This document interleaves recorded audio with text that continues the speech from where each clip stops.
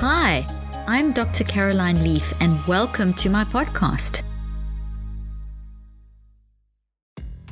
Just before we begin, I want to take a moment to thank everyone who has shared the word about my podcast. Your support means so much to me. I also want to thank everyone who's left a review. I just want to give a quick shout out to Tiffany Thompson, who said, "I am so thankful for this podcast. I listen weekly and am encouraged and changed by the information provided. It's clearly communicated and based on research. Well worth the time." Thank you so much, Tiffany.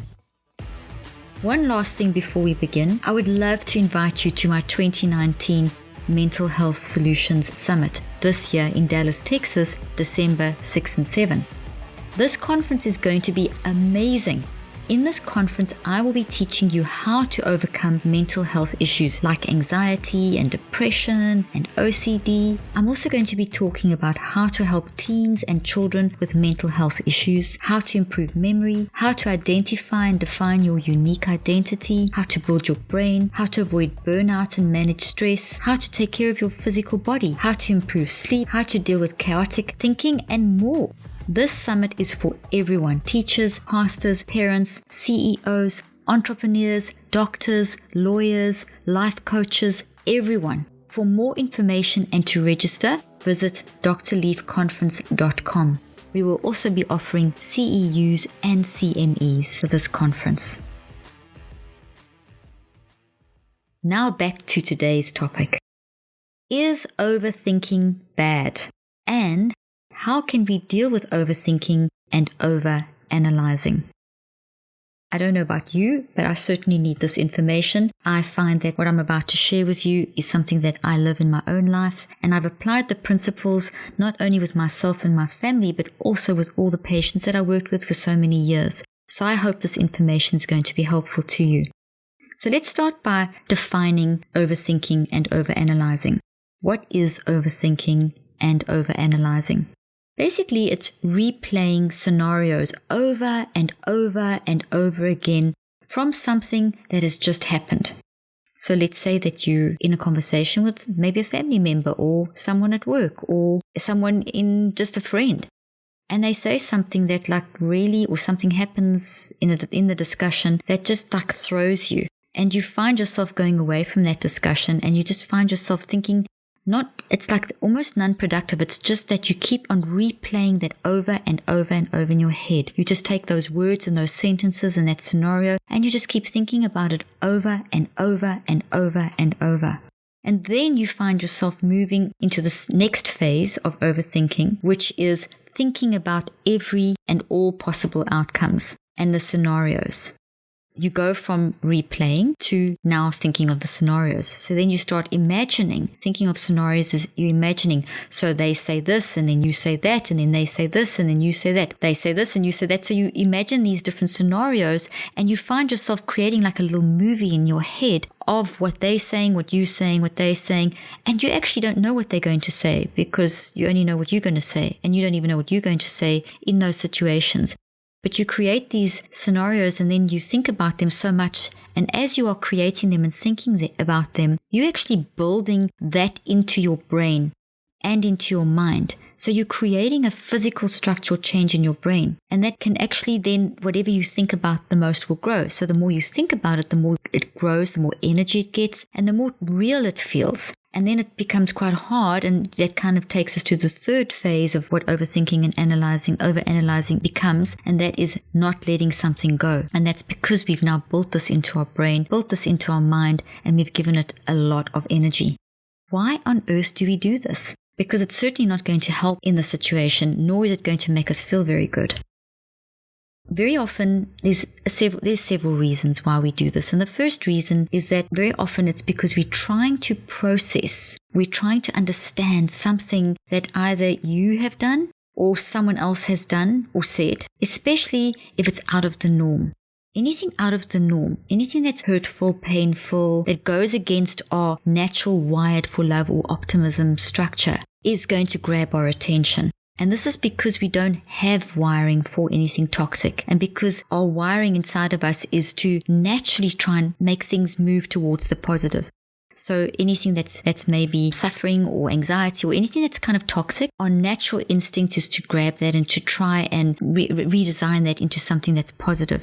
But we don't always follow that natural instinct of making it something positive. We very often get stuck in just the negative of it. And that's the overthinking and over-analyzing that I spoke about in the definition.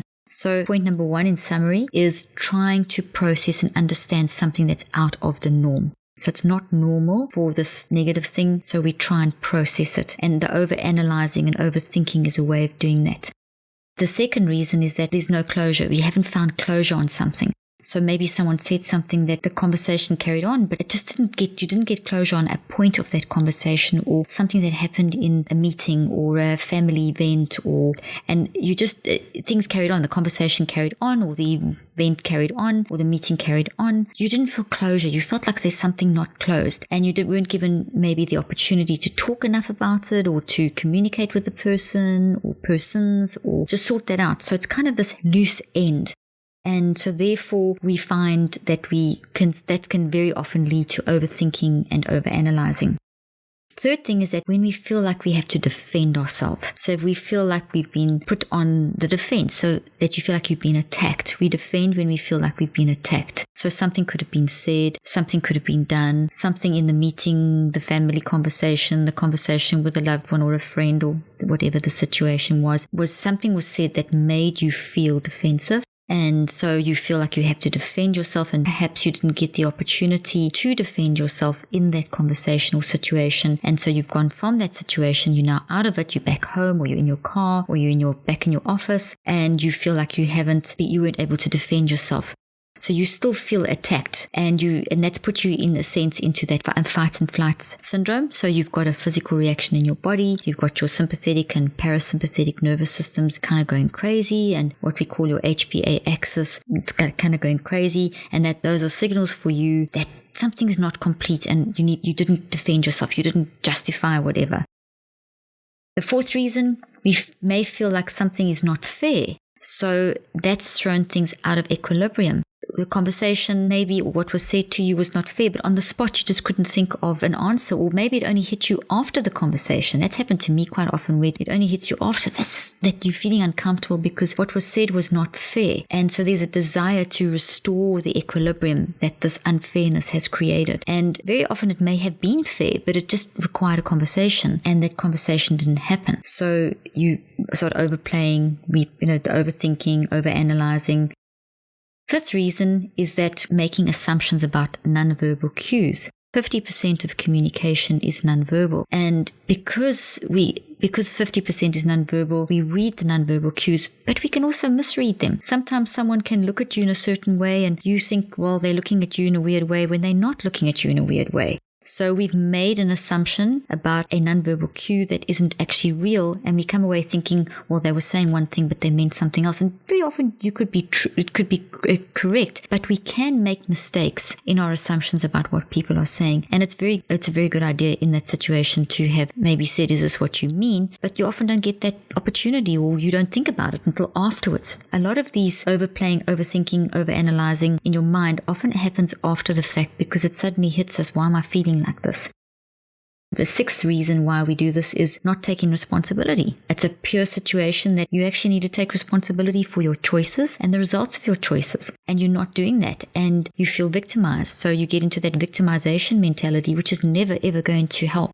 Not taking responsibility and victimization is always going to keep you going backwards and stuck and going backwards. You're not going to move forwards. And if you feel that you don't, not taking the responsibility, when you overthink and replay, you put yourself in the victim position and that will keep you stuck and can keep you stuck overanalyzing to try and justify why you shouldn't take responsibility. So that's kind of negative. And the seventh reason is that people who are more emotional, sensitive, we're all emotional, we're all sensitive, but some people are more, and that's not a bad thing if you don't channel it correctly. If you channel it incorrectly, being over-emotional, oversensitive, and very in touch with your feelings, there could be a tendency to overthink what you're experiencing. So someone may look at you, and sometimes I do this. I look at people and I don't even see that they're there, but I'm busy thinking of something, but I get this kind of weird look in my eyes, and I've often had my family members saying, "What's wrong? Why are you looking like that? Or is there something wrong with me? Or are you cross with me?"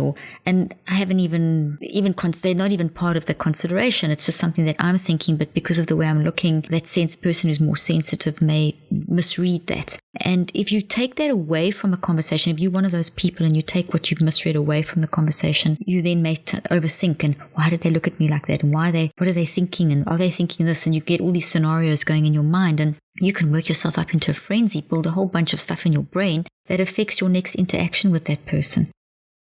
So, is overthinking and overanalyzing bad? Well, if it's causing feelings of anxiety or unease, yes, because anxiety and unease are indications that you are off balance, that your homeostasis has been upset, your equilibrium has been upset, something's going on. Anything that is activating you to feel any level of discomfort is a signal for you to examine what you're thinking about.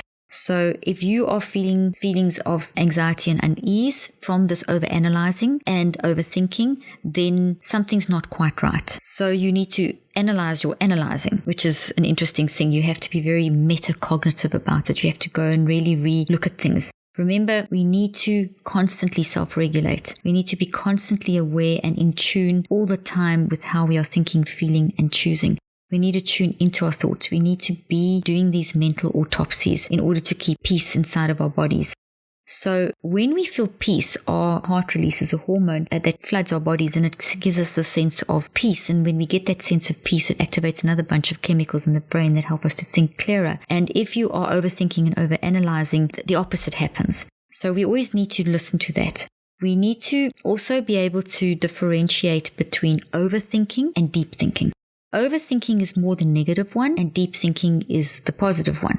So deep thinking is analyzing for the purpose of learning and moving forward. It's building your brain. It's trying to understand the concept. An example of deep thinking would be like you're literally doing a mental autopsy, where it's very deliberate, it's very controlled, it's very intentional, it's very systematic, it's not toxic emotionally driven, and it's very rational. It's sitting back and saying, okay, I am stuck analyzing that facial expression and that conversation, and I'm replaying this and I'm building all these scenarios and it's making me feel awful. So let me deep think through, why am I doing this? Let me be very rational. Let me be very systematic in analyzing, asking, answering, and discussing with myself why I'm being like this. So there I'm using deep thinking to analyze my overthinking. So that's deep thinking moves forward. It reaches a conclusion. It leads to an action. It doesn't keep you stuck in like sinking sand. It's getting out of the sinking sand. It's making a plan to get out of the sinking sand. Versus overthinking, overanalyzing is negative. It's the sinking sand because there's no order. It's chaotic. You get illogical conclusions. You don't feel like you're getting any closure. There's a lot of assumptions which are dangerous. There's a lot of victimization. You always feel hard done by. And then, so let me give you an example of this in my own life just very quickly. We were very often, you can find out if you're overanalyzing with your family members, and my extended family, we were visiting them, and there's always different, we have a huge family, and there's always someone that you may not get on with as well as with others. And there was one person that I hadn't seen for a while, and the last few interactions with them hadn't been that good, and there was always this bit of tension between us, because even though we love each other, there was just always this tension between that particular person didn't feel like their life was going in the direction that they wanted it to go in, and they always felt like I was just lucky the way my life was going. And so it always created this thing of, well, they felt a bit jealous, and that's what I thought. I thought, oh, well, they're jealous of me. And so it would always I would go into that interaction over-analyzing, well, if this facial expression, she's jealous, that statement, she's jealous, So I was always on the defensive with this person. And honestly, every interaction for quite a few years was one of over-analyzing and overthinking the scenarios. And then one day, one of my daughters said to me, "Mom, you are totally over-analyzing and overthinking this situation. Why don't you look at it from this angle? Maybe she doesn't mean that. Maybe you could actually whatever." And I listened to all this advice, and I did some deep thinking, and I was intentional and systematic and not emotionally driven, and kind of worked this out. I transformed my attitude completely, and the next time I saw this person, it was totally different. I was so relaxed. The tension had gone. I found myself looking at her she had the same facial expression, that she'd always been, same words, same tone, but it was different. It was different because I was different. And even though she may have felt jealousy or whatever, I don't know, we managed to get into a situation where we were able to communicate, and I cannot tell you how our relationship has improved. So, how do we recognize when we are going into toxic overthinking? You can't focus on anything else. So like with my situation, I found every time that I was going to meet with this person, I could only think of the negative. Now I have fixed that. So now it's not even a consideration. There's no threat. There's no anything. I can focus on other things.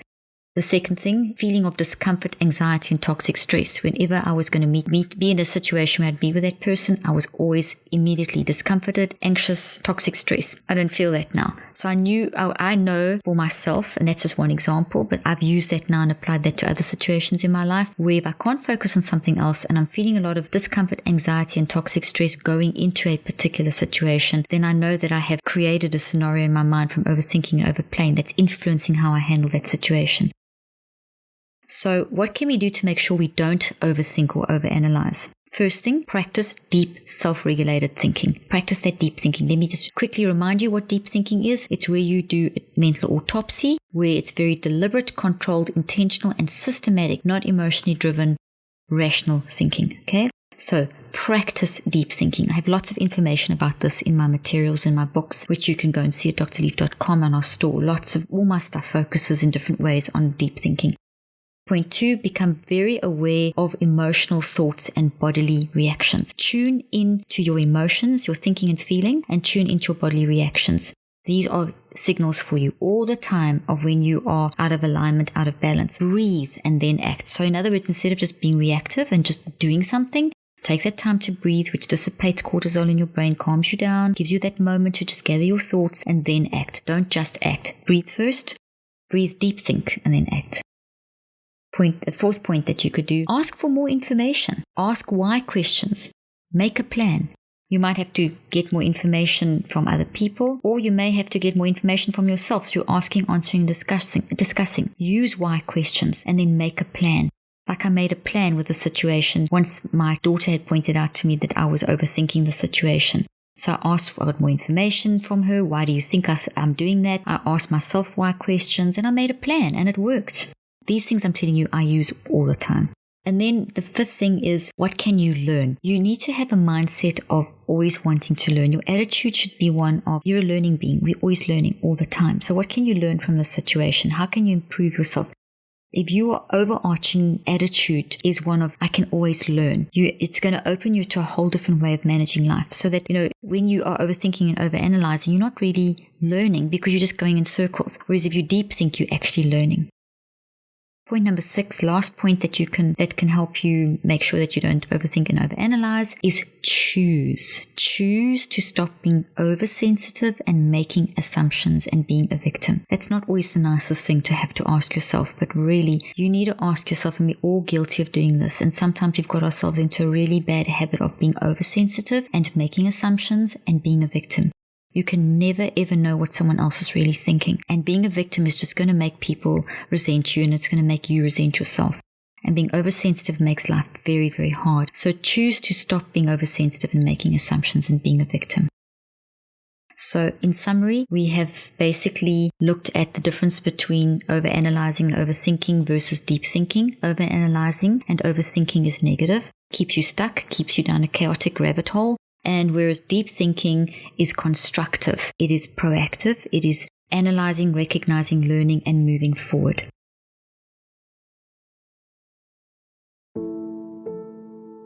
I want to take a moment to ask you to consider partnering with me to reclaim this broken mental health system. I'm sure you know numerous people who struggle with anxiety and depression. Maybe you struggle with a chaotic mind and have felt the pain of intrusive thoughts. Too often, this topic is not addressed in churches, and the world's answer is medication or meditation, both of which are not sustainable solutions. But there is a solution, and it's one that is easily accessible and applicable.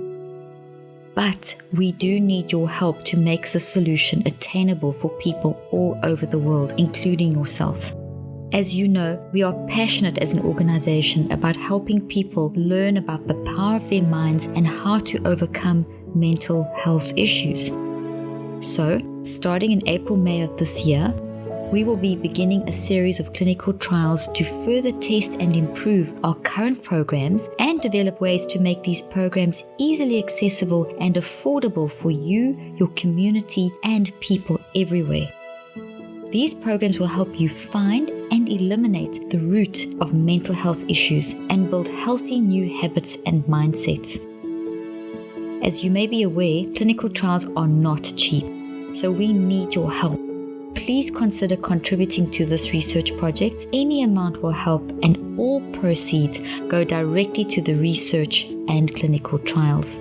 For more information on this project and to donate, please visit drleafresearch.com. That is DRLEAFRESEARCH, all one word lowercase.com.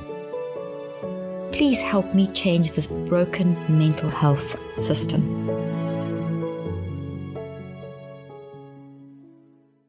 Thank you for joining me today.